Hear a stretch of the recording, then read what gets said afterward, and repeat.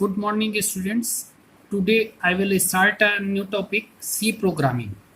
C programming को start करने से पहले हमें सबसे पहले ये समझना जरूरी है कि प्रोग्रामिंग, प्रोग्रामर और प्रोग्रामिंग लैंग्वेज क्या होती है।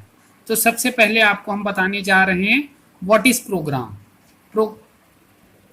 प्रोग्राम ये वे ऑफ कम्युनिकेशन होता है। It may be of different types. जैसे हम जो कम्युनिकेशन का वे होता है उसको हम कई तरीके से, मान लीजिए आपसे हमें कम्युनिकेट करना है तो वॉइस साउंड से भी हो सकता है, रिटन सिंबल से भी हो सकता है और फेस से भी हो सकता है, जेस्टर्स, ये फेस से भी हो सकता है। तो ये तीन तरीके होते हैं वे ऑफ कम्युनिकेशन के। फिर सेकंड आपका programming, set of instruction. In today's world everything is based on programming, set of instruction होता है। फिर थर्ड है प्रोग्रामर, जो वह पर्सन जो हमें इंस्ट्रक्शन या कंप्यूटर का इंस्ट्रक्शन देता है उसे प्रोग्रामर कहा जाता है। फिर programming language set of instruction written in logical flow.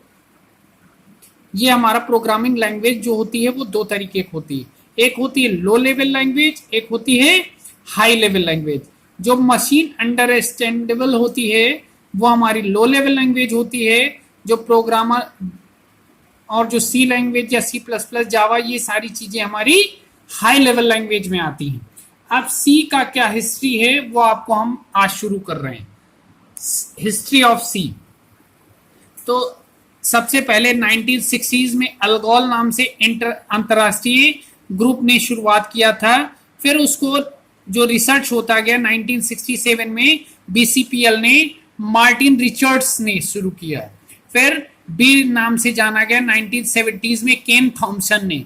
जो आजकल डेनिस रिची बेल प्रयोगशाला में जिस सी को हम लोग जानते हैं वो ट्रेडिशनल सी है, डेनिस रिची 1972 में।